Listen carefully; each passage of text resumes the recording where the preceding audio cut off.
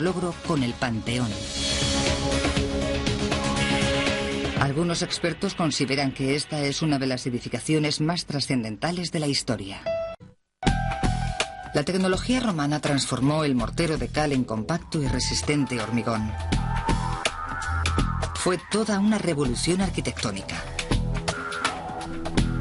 Con la creación de este nuevo hormigón, la ingeniería romana alcanzó niveles de sofisticación no superados.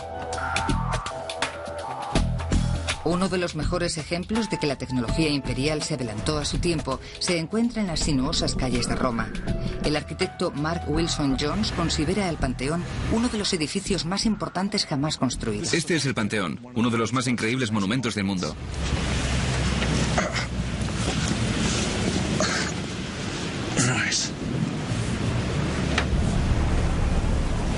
Y aquí estamos. Es todo un espectáculo.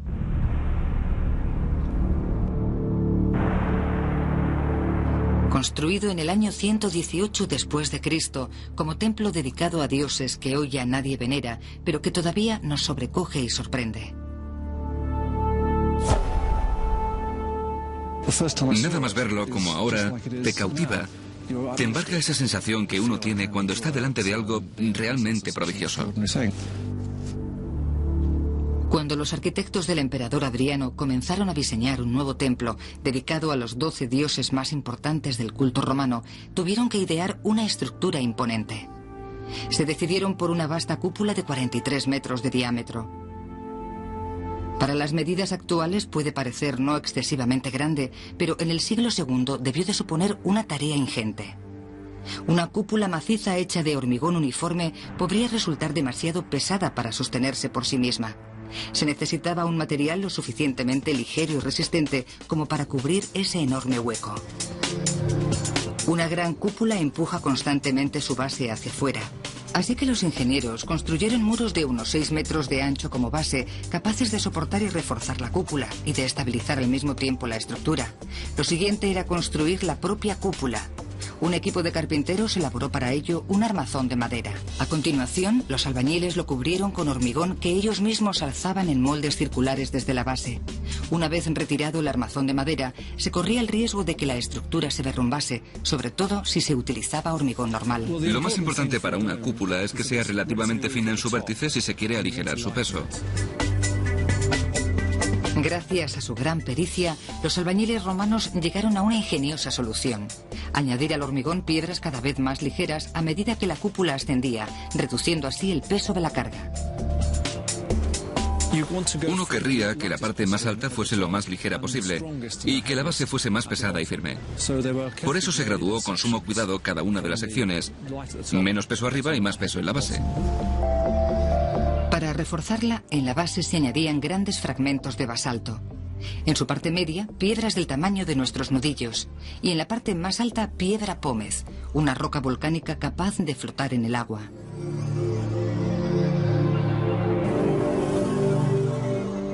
Por último, en el vértice se dejó un agujero de 9 metros, llamado oculus.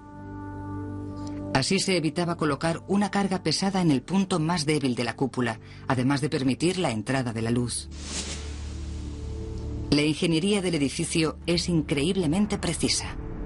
De hecho, una esfera construida a partir de la curva de la cúpula podría encajar casi exactamente dentro del edificio cuadrado. El Panteón es uno de los edificios más extraordinarios jamás construidos.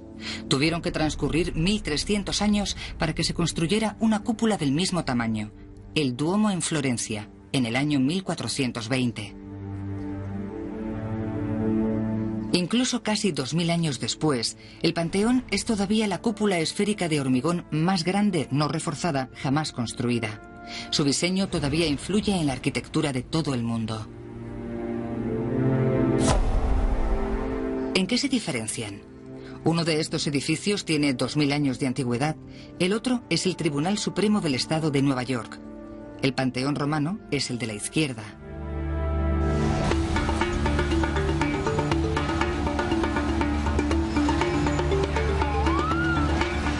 En el siglo XXI, casi el 50% de la población mundial vive en ciudades y áreas urbanas.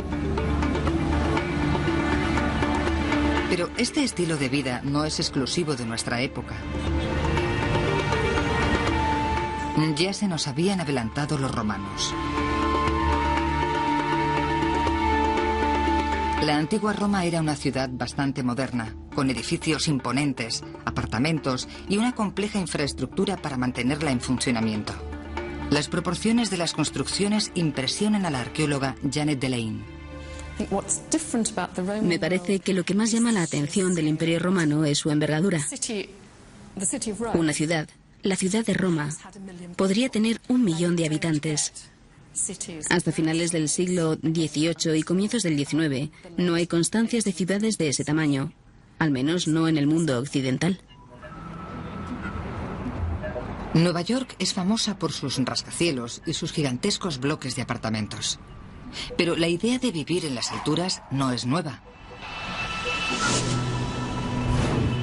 Los restos de Ostia, una zona residencial en la que vivía gran parte del millón de ciudadanos de Roma, muestran cómo los arquitectos romanos fueron los primeros en resolver un problema al que se enfrentan todos los urbanitas actuales: la falta de espacio.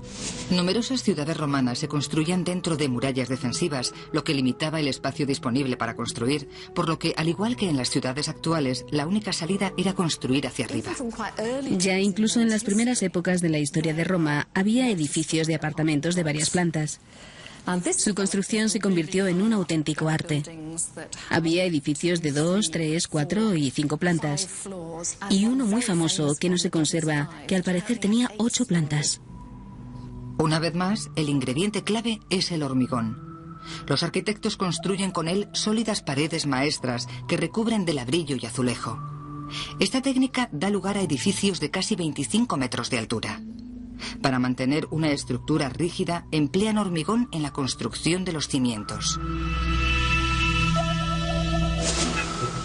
Sus pisos no solo estaban en edificios de varias plantas, sino que además, por dentro, guardaban mucho parecido con los actuales.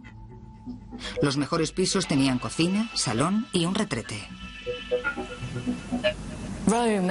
Roma y la vida en la ciudad experimentaron la misma revolución que ocurrió a mediados del siglo XX, en lo referente a lo que podríamos llamar comodidades modernas. Lo que sorprende a Delane es que 2000 años después de Ostia, el estilo de vida haya cambiado tan poco. Es curioso cómo el ser humano puede pasar de un lugar como la antigua Roma, con sus pisos y su baja densidad de población urbana, a Nueva York, donde se está haciendo prácticamente lo mismo, solo que a una escala mucho mayor. Para los que vivimos en Occidente, el lujo puede significar baños impolutos y televisión por satélite. Para los romanos significaba algo que la mayoría damos por sentado: cristal en las ventanas. Creo que dentro de los inventos propios de los romanos, mi favorito es el cristal de las ventanas. No habría sido posible de no ser por la invención del soplado de vidrio que tiene lugar a mediados del siglo I a.C. Los romanos crean el cristal para las ventanas, pero no se quedan ahí. Como todos sabemos, si se tiene un solo cristal, la luz entra pero el calor se escapa. Así que lo que hacen los romanos es inventar la doble ventana. Las ventanas de cristal doble son habituales en las casas modernas desde la década de los 70, pero en Ostia hay pruebas de que los romanos lo consiguieron antes que nosotros. Los carpinteros crean un soporte para el cristal con 2 ranuras separadas entre sí 12 milímetros, para que los cristales se apoyen en ellas. Esta nueva tecnología de aislamiento térmico y habitaciones luminosas es de especial relevancia en otro ámbito importante de la vida urbana de Roma: los baños. En la actualidad, los clubes de salud y balnearios han ido ganando popularidad, pero también en esto se adelantaron los romanos. Como fanáticos de la limpieza y de los baños que eran, se procuraban para ellos un entorno cómodo con sistemas de calefacción aún en uso hoy en día. Casi todos los baños romanos están en ruinas hoy en día, pero en la antigua ciudad de Bath, en el oeste de Inglaterra, queda una casa de baños que sigue funcionando con tecnología romana.